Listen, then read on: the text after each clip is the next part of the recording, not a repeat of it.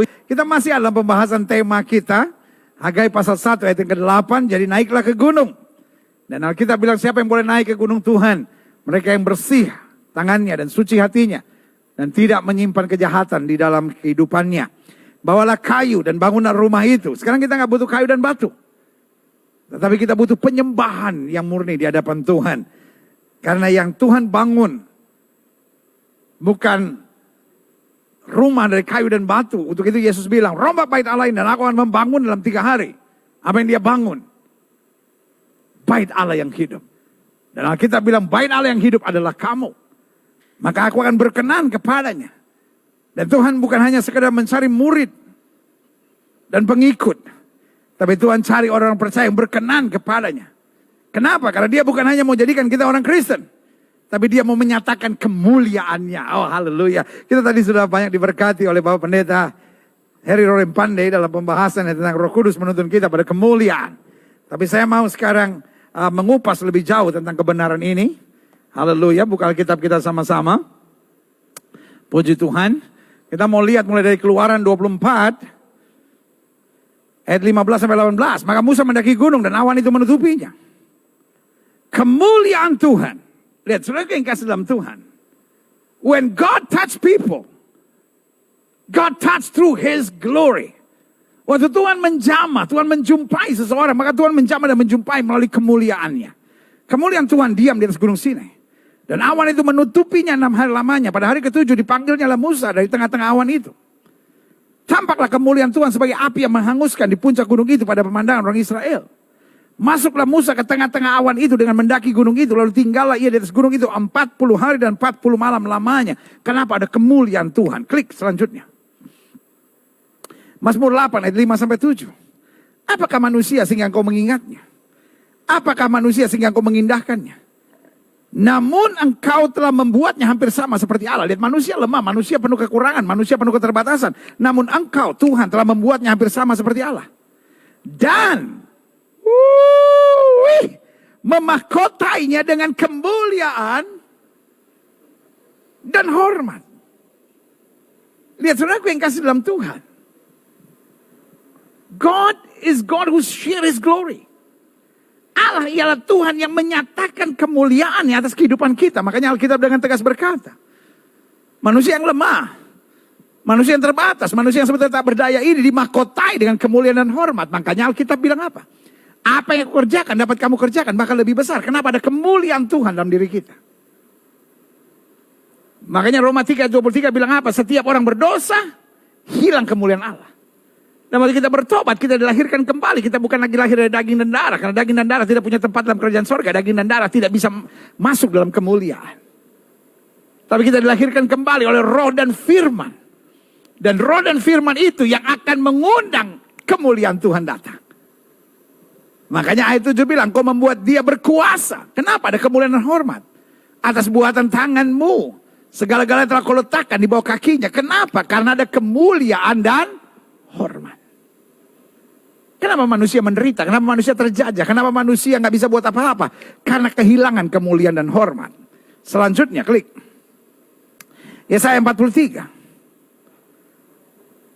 Dikatakan apa di situ? Oleh karena engkau berharga di mataku dan mulia. Dan aku ini mengasihi engkau. Maka aku memberikan manusia sebagai gantimu dan bangsa-bangsa sebagai ganti nyawamu.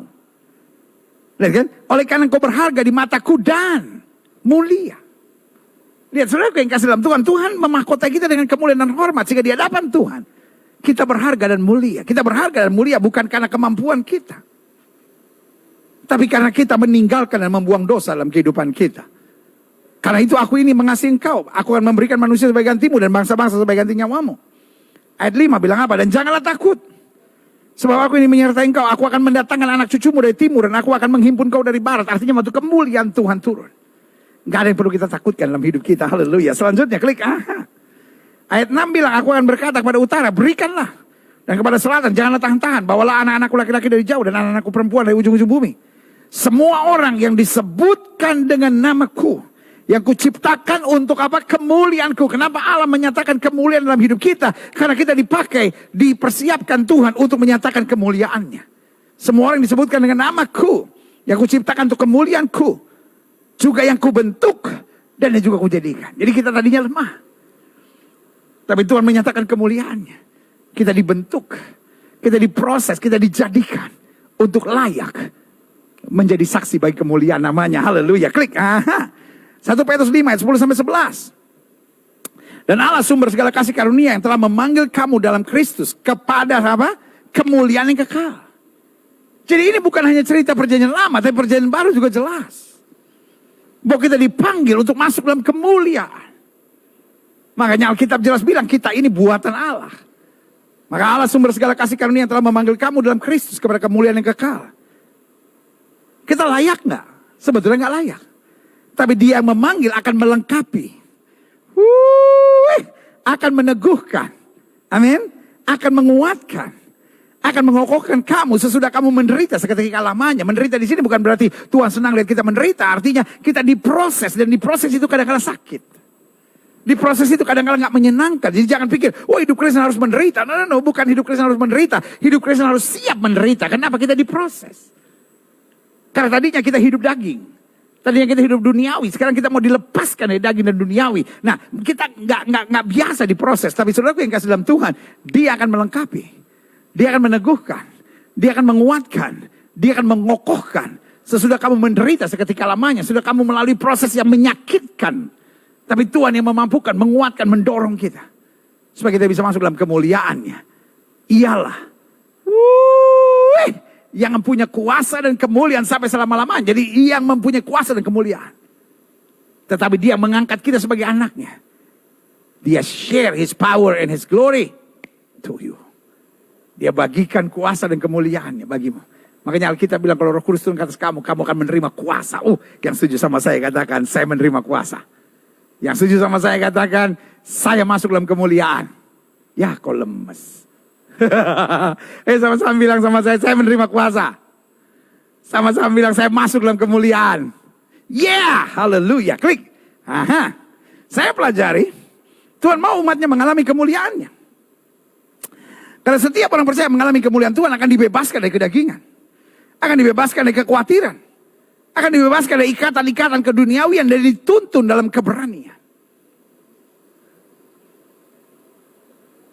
Sekedar keberanian karena sifat berbeda dengan keberanian karena kemuliaan. Kenapa Daud berani menghadapi Goliat? Karena ada kemuliaan. Kenapa Saleh Mesa Abednego tidak takut sama raja? Karena ada kemuliaan. Kenapa Musa berani menghadapi Firaun dan berkata, let my people go? Karena kemuliaan. Kenapa Elia berani menantang 450 Nabi Baal dan 400 Nabi Asyera? Karena ada kemuliaan. When the glory of God left us. Waktu kemuliaan Tuhan meninggalkan hidup kita. Maka yang terjadi, hidup kita penuh dengan ketakutan. Hidup kita penuh ketidakberdayaan. Hidup kita penuh dengan ketidakmampuan. Makanya Alkitab bilang upah dosa adalah maut. Semua manusia telah berdosa dan hilang kemuliaan Allah. Kenapa? Karena dosa itu. Tapi waktu kita hidup dalam Kristus, maka kita dimakotai, kata Alkitab. Haleluya. Dengan kemuliaan dan hormat. Yang setuju sama saya katakan amin. Jadi hidup Kristen bukan sekedar menjadi murid Kristus. Tapi hidup Kristen artinya hidup dalam kemuliaan Tuhan. This is not about religion. This is not just only about religion. Ini bukan hanya soal agama.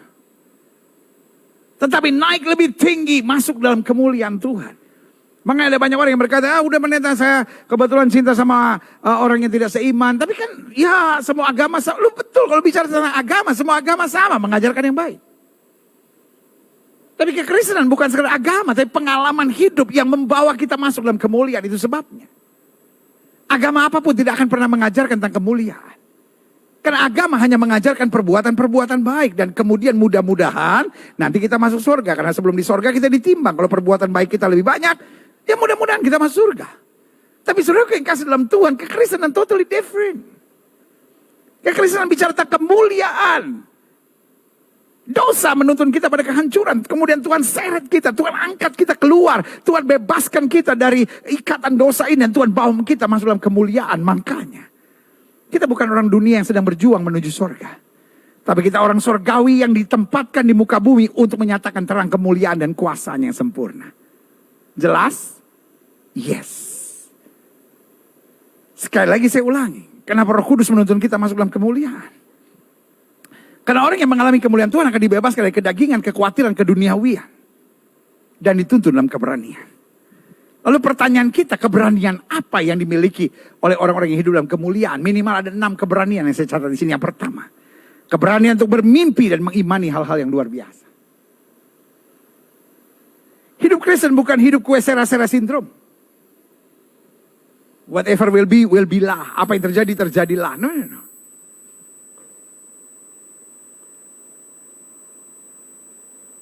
Perwira di Kapernaum itu. Dia bilang, Guru, hambaku sakit dan menderita. Lalu Yesus bilang, aku akan datang ke rumahmu. Dia bilang, no, you don't need to. I'm a man under authority. Terjemahan Indonesianya agak keliru sedikit. Terjemahan Indonesianya bilang, aku seorang bawahan. Tapi a man under authority artinya saya seorang yang punya kuasa. Di bawahku ada prajurit. Kalau aku katakan pergi, maka dia pergi. Kalau aku katakan datang, dia datang. Dengan lain kata, dia mau bilang, you have all the authority. Engkau yang punya segala kuasa. Cukup katakan sepatah kata. Oh, ini yang saya bilang. Mengimani perkara-perkara yang luar biasa. Wanita pendaran 12 tahun. Keadaannya sudah semakin memburuk.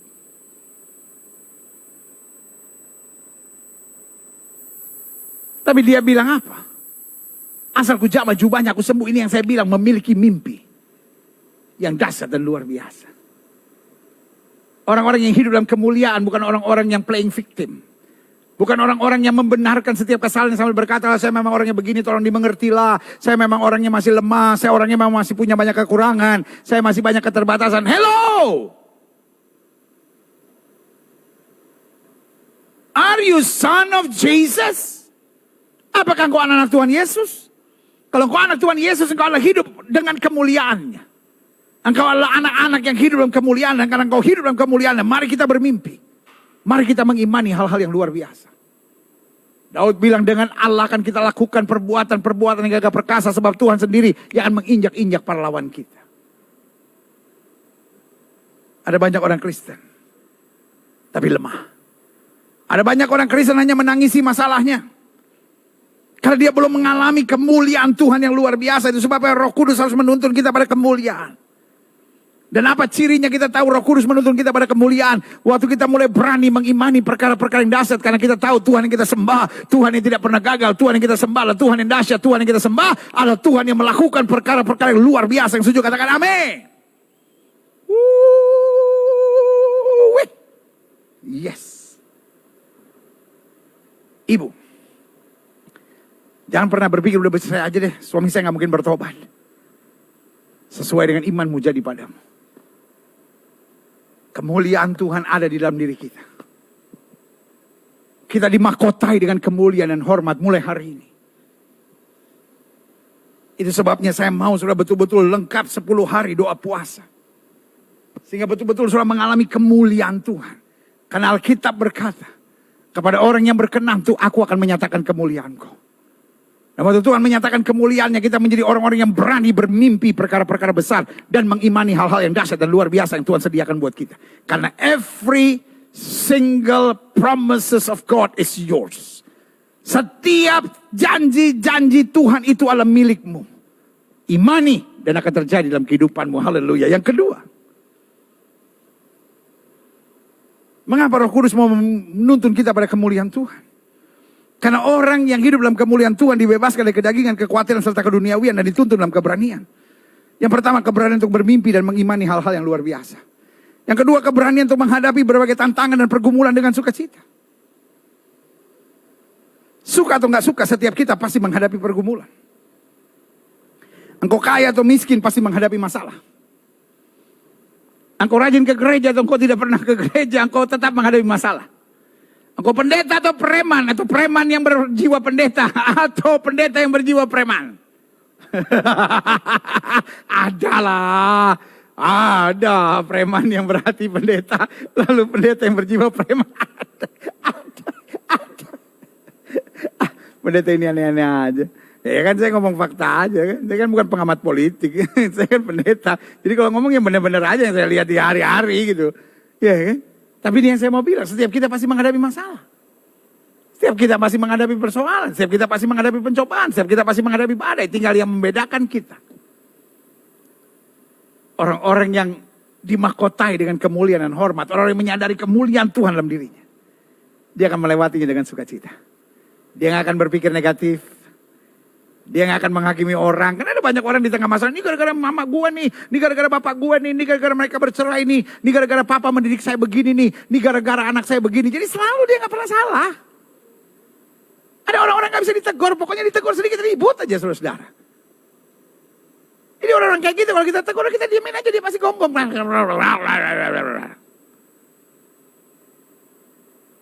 Karena jiwanya terintimidasi terus oleh setan. Kan kalau kita mau menegur kan artinya kita kan mau memperbaiki. Supaya keadaannya lebih baik. Tapi ada orang tertentu gak mau lebih baik. Pokoknya dia bilang memang saya udah begini tuh mau diapain. Kalau istrinya kasih tahu Pak mesti begini. Cari aja laki-laki yang kayak gitu. Kalau suaminya kasih tahu makanya gini. Oh kamu tuh suka sama perempuan yang kayak gitu ya. Dasarnya jiwanya jiwa yang diikat iblis. Sehingga buat dia perubahan adalah sebuah ketidaksukaan baginya. Sehingga orang kalau mau coba merubah dia, orang kalau coba menasihati dia, diajak berkelahi saudara-saudara. Tetapi anak-anak Tuhan Yesus yang mengalami kemuliaan Tuhan berbeda. Karena dia akan menghadapi tantangan masalah dengan sukacita. Karena dia tahu di balik tantangan masalah pergumulannya.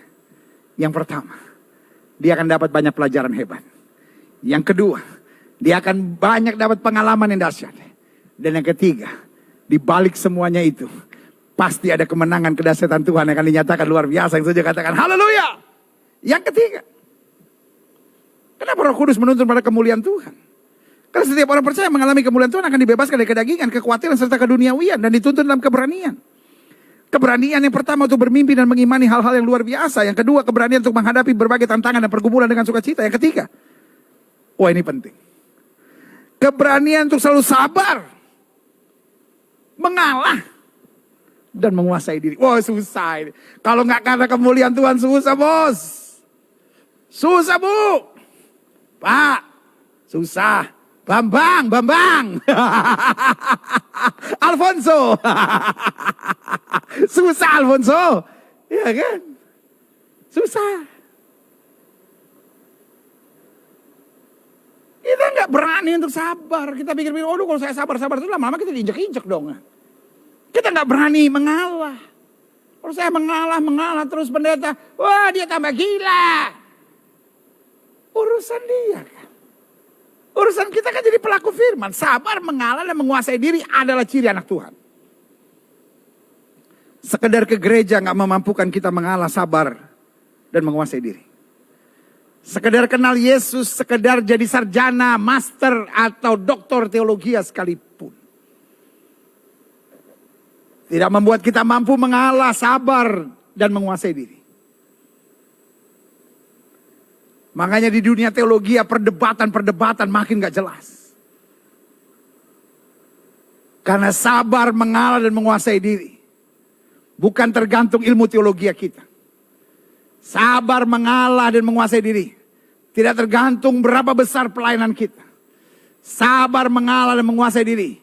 Tidak bergantung dengan berapa lama kita sudah terlibat dalam kegiatan rohani. Tapi sabar, mengalah, dan menguasai diri. Milik orang-orang yang dituntun Roh Kudus untuk mengalami kemuliaan Tuhan. Hanya orang-orang yang sudah mengalami kemuliaan Tuhan akan bisa sabar. Coba kita lihat. Daud satu kali mau dikudeta oleh anaknya sendiri. Tapi dia sabar. Tapi dia mengalah. Tapi dia menguasai diri. Daud waktu dapat kesempatan untuk membalas Saul, apa yang dia bilang? Aku tidak akan menjamah orang yang Tuhan urapi. Dia bukan seorang pengecut, dia seorang pemberani. Kau lihat dia dihadapi. Tetapi waktu menghadapi orang diurapi Tuhan, bagaimanapun perbuatan jahat yang dibuat oleh Saul terhadap Daud, Daud tetap sabar. Daud tetap mengalah. Daud tetap menguasai diri. Ibu, kalau engkau ingin rumah tanggamu bahagia, pegang 3 hal ini. Sabar, mengalah, dan menguasai diri.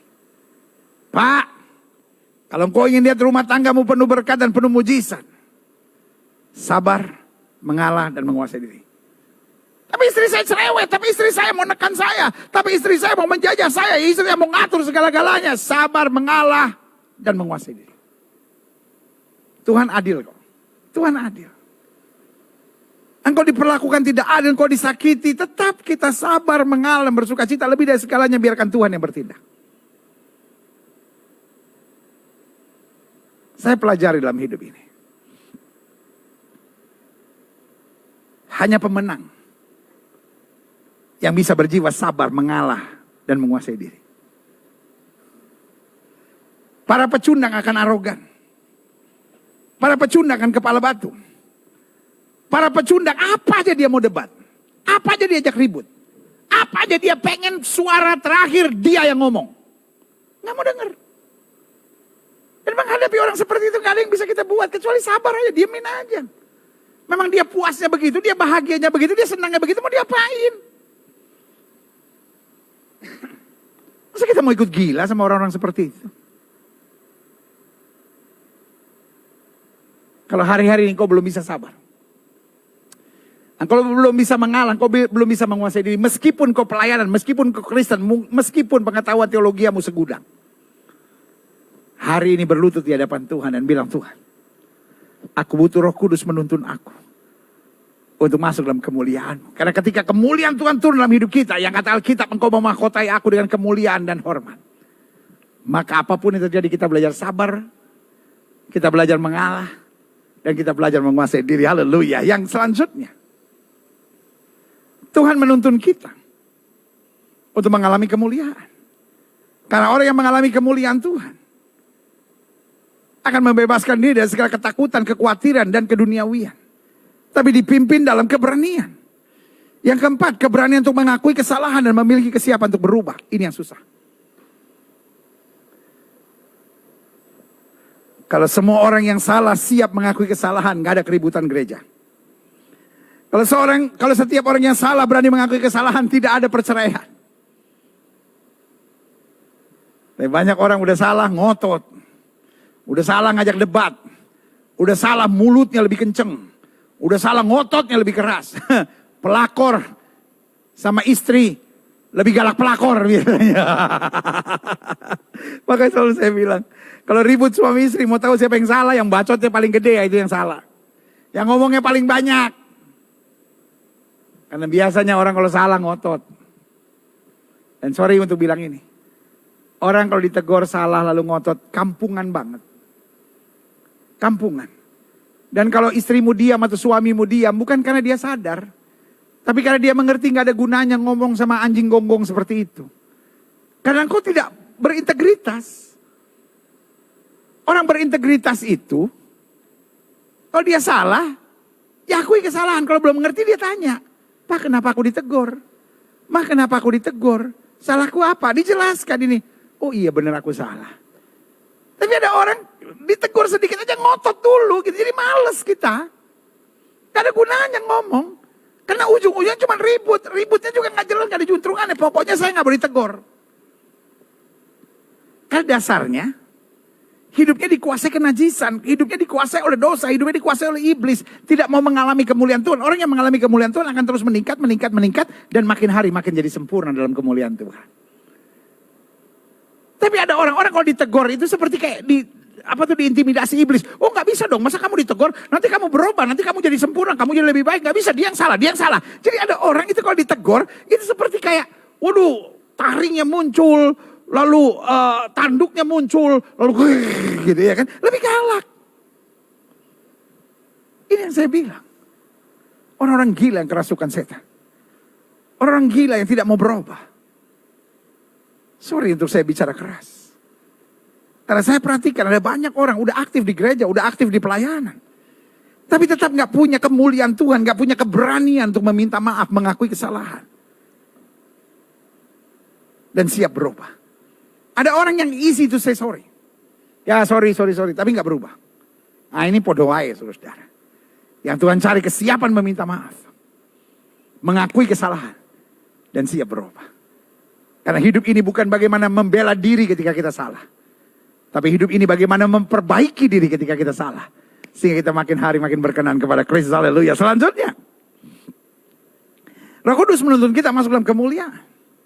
Dan kemuliaan itu yang membebaskan kita dari ketakutan. Membebaskan kita dari kekhawatiran. Membebaskan kita dari keduniawian. Dan membimbing kita pada keberanian. Dan yang kelima. Keberanian untuk berjalan pada hal-hal yang mustahil dan di luar logika. Wah ini. Makanya selalu saya bilang, my God is the specialist to the impossibles. Orang kalau berjalan bersama Tuhan dalam kemuliaan. Kita mampu berjalan pada hal-hal yang di luar nalar logika. Kenapa Esther umumkan doa puasa?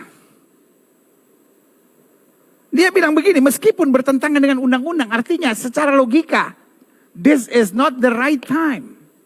But God is God. God can do everything and anything. Tuhan itu Allah. Dia bisa berbuat apa saja dan dia bisa berbuat bagaimana saja sesuai dengan kemuliaan. Jadi orang yang hidup dalam kemuliaan Tuhan adalah orang yang tidak akan pernah membatasi kuasa Allah. Dia berani berjalan pada hal-hal yang mustahil dan di luar logika. Karena dia tahu persis, selama saya tidak miring ke kiri maupun miring ke kanan, selama saya berjalan di jalan-jalannya Tuhan, maka apa yang tidak pernah aku pikirkan, itu yang akan Tuhan sediakan. Apa yang mustahil bagimu? Suamimu bertobat. Apa yang mustahil bagimu? Rumah tanggamu dipulihkan. Apa yang mustahil bagimu? Penyakitmu disembuhkan. Apa yang mustahil bagimu? Engkau akan punya anak. Apa yang mustahil bagimu? Engkau akan bisa selesaikan utang di tahun ini juga. Apa yang mustahil bagimu? Bahwa engkau akan naik pangkat. Apa yang mustahil bagimu? Bahwa engkau bisa meraih jabatan yang lebih baik dari sekarang. Apa yang menurutmu mustahil? Selama kemuliaan Tuhan turun dalam hidupmu, engkau akan melihat segala yang mustahil itu dapat menjadi kenyataan. Yang setuju sama saya katakan, aku terima. Amin. Yang keenam, yang terakhir saya pelajari. Roh Kudus menuntun kita masuk pada kemuliaan. Kemuliaan itu yang membebaskan kita dari ketakutan, dari kekhawatiran, dari keduniawian. Dan menuntun kita masuk pada kemuliaan. Dan kemuliaan itu yang membebaskan kita dari ketakutan dan membawa kita pada keberanian.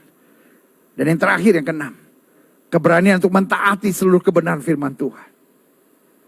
Kadang-kala kita kalau lihat firman Tuhan, kita pilah-pilah itu. Oh yang ini masuk akal nih, oh yang ini saya bisa nih. Yang ini oh nggak bisa nih. Saya suruh ngalah nggak bisa. Saya suruh minta maaf nggak bisa. Ya pokoknya dia tahu sendiri lah, dia juga ngerti kok. Ya udahlah, pokoknya udahlah gitu ya kan. Jadi yang diharapkan orang lain semua mengerti dia gitu. Karena intinya saya tidak mau berubah, intinya saya adalah saya. Udah terima saya apa adanya. Jangan kritik apapun tentang saya. Waduh. Ini yang saya sebut roh setan dalam dirinya. Karena setan kan gak pernah mau berubah kan. Setan tetap akan jadi setan. Iya kan. Tapi anak-anak Tuhan terus diubahkan untuk makin hari makin menjadi segambar serupa dengan Kristus. Keberanian untuk mentaati seluruh kebenaran firman Tuhan. Seberat apapun, sesukar apapun, sesakit apapun. Kalau itu adalah firman Tuhan, you better do it. You better obey it. Engkau harus melakukannya. Engkau harus mentaatinya. Maka engkau akan melihat kemuliaannya.